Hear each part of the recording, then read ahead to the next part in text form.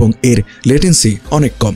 Starlink শুরুতে একটু পিছিয়ে ছিল, তবে এখন তা 50 থেকে 200 Mbps পর্যন্ত গতি দিতে সক্ষম এবং লেটেন্সি নেমে এসেছে 20 থেকে 40 মিলিসেকেন্ডে, যা গেমিং, ভিডিও কলিং কিংবা লাইভ স্ট্রিমিংয়ের জন্য যথেষ্ট ভালো।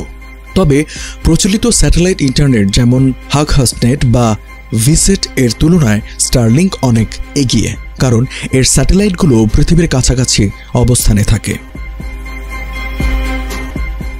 যেখানে ফাইবার বা কেবল ভিত্তিক সংযোগ কেবল শহরাঞ্চলে সীমাবদ্ধ, স্টারলিংকের বিশ্বব্যাপী কভারেজ থাকার সম্ভাবনা রয়েছে। 2025 সালের মধ্যে স্টারলিংক পৃথিবীর প্রায় সব প্রান্তে সংযোগ দিতে সক্ষম হবে বলে মনে করা হচ্ছে। বর্তমানে এটি শতাধিক দেশে পরিষেবা দিচ্ছে। খরচ এবং ব্যবহারযোগ্যতা।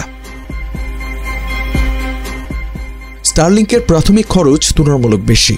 বাংলাদেশে এর সেটআপ প্রায় 47,000 টাকার মতো খরচ হওয়ার কথা বলা হচ্ছে।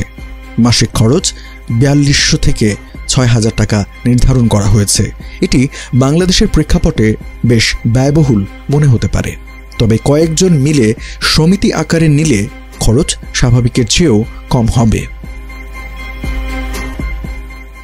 অন্যদিকে স্থানীয় আইএসপি